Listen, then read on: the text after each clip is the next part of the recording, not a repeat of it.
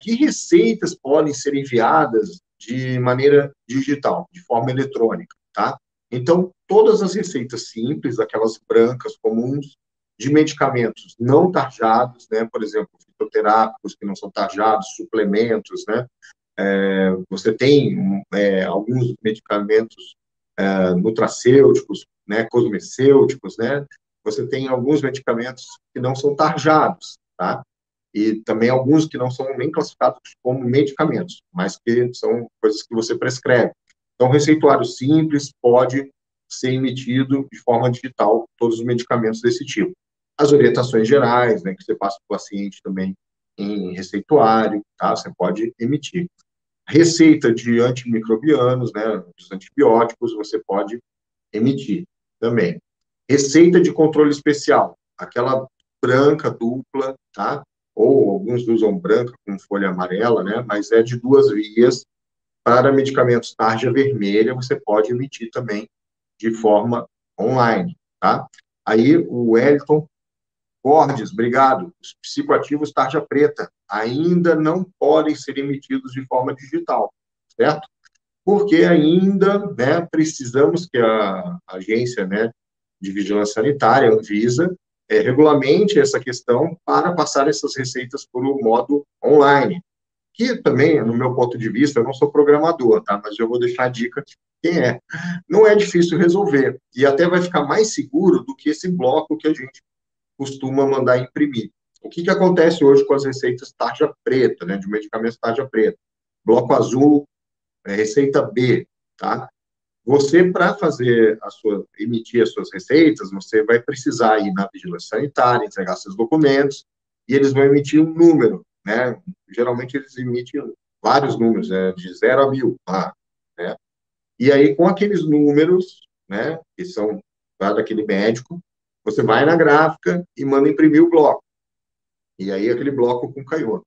E o canhotinho tem um número e a receita tem um número. A destaca, vai ser que nem um cheque, né? Então, pensa, né, no digital, isso pode ser facilmente resolvido.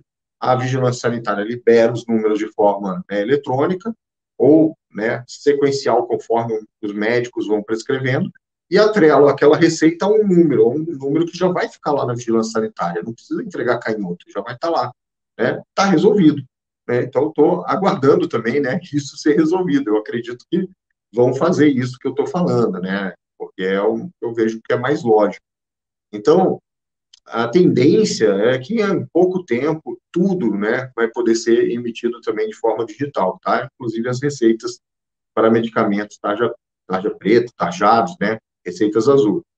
É só uma questão, né, das autoridades sanitárias aí evoluírem nesse aspecto e também das empresas, né, que estão dedicadas aí nos softwares aí de emissão de receitas se juntarem para resolver essa questão, tá? Então, Wellington, espero ter respondido aí a tua pergunta, tá? E é uma questão de tempo, tá? Mas a gente, daqui a pouco, eu acredito que também vamos conseguir emitir isso de forma online, tá bom? Valeu pela pergunta. Obrigado, Wellington. Vamos lá. Outra receita também que você não pode emitir são as receitas, por exemplo, C1, né, amarelas, né, que é de retinóides. Também não dá para emitir. As receitas também de medicamentos usados para tratamento do transtorno do déficit de atenção e hiperatividade, sibutramina, ainda não dá para emitir de forma digital, tá? Mas você vai fazer elas de forma física e encaminhar o paciente, né?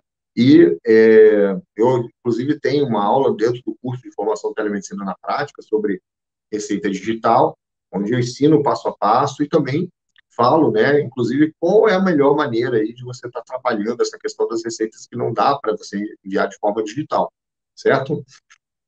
Bom, mas, como eu falei, questão de tempo, isso daí vai ser resolvido também, tá? Eu falei agora para vocês, né, o que é uma receita digital, como ela tem validade, quais as informações que tem que ter na receita digital. Não esqueçam, né, de colocar o CPF do paciente na receita e também você organizar ela para aparecer o seu nome, seu CRM, o RQE, quando tiver, o endereço, né, os seus contatos na receita. Que nem a receita do consultório, em papelaria que você faz. Só que ela vai ser digital, né? Mas é a mesma regra, tem que ter sua identificação. Tá? Essa semana eu tive 3 pacientes que foram agendados, né, durante o dia que eu estava trabalhando, e eles não estavam na minha agenda, né, eu estava trabalhando até presencialmente, né, foi na quarta-feira. E aí eu estava trabalhando ali presencialmente e comecei a receber algumas mensagens, né, de pacientes que eu já conheço, que são meus pacientes de consultório, né, e estavam com algumas demandas de saúde. E aí eu falei, olha, aí um já pediu né, uma questão ali, eu falei, olha, isso aí a gente precisa avaliar, fazer uma consulta, pode ser por telemedicina hoje mesmo. Você quer que a gente agende o horário? Ah, sim, né? Então, ali no WhatsApp, já estava conversando ali, né? Ela tinha umas dúvidas, eu falei, ah, então vamos fazer o seguinte, eu termino tal hora, né? Até chegar em casa e tal, eu vou te atender 18h30. Aí, outra pessoa também pediu algumas questões, eu falei, ó, eu já vou atender um paciente 18h30, então eu vou colocar você na sequência, vai ser às 19 horas. Ah, tá, muito obrigado. Aí passa alguns minutos, outra pessoa me procura, eu falei, olha, eu já tenho um paciente, 18h30, 19 horas, você vai, então, ficar nas 19h30, ok? Ah, ok, tudo bem.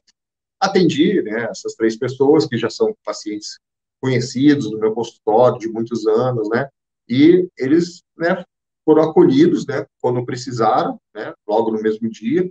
Então, a telemedicina dá acesso, fortalece o vínculo médico-paciente, porque imagina se eu não atendo eles, né, eles vão procurar outro médico para resolver aquela questão, né. Então, eu podendo atender eles, né, resolvo ali o problema inicialmente, identifico se precisa ou não de uma consulta presencial, de uma avaliação com exame físico. Inclusive, uma das 3 pessoas, né, que foi na quarta-feira, eu indiquei que fosse feita a avaliação em consultório, e ela fez o retorno hoje comigo no consultório. Não era nada assim urgente, né, que precisava ser no mesmo dia, mas eu achei melhor ela passar no consultório, e ela veio hoje no consultório fazer o retorno presencial. Mas eu sempre comento que uma das coisas que os pacientes têm é a ansiedade, né? Assim como nós também, né? Quando somos pacientes, né? A ansiedade em relação àquele problema de saúde.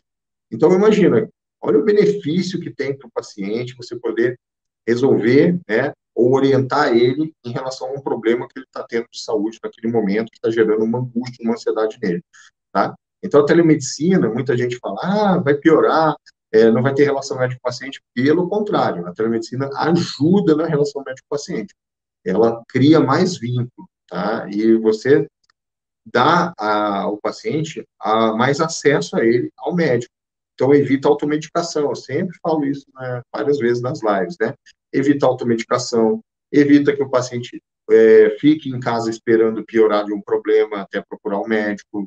Então, você consegue dar mais acesso ao paciente a falar com o seu médico e aí evita essas situações. Então, a telemedicina é acesso para o paciente, tá? Isso melhora a relação, tá bom?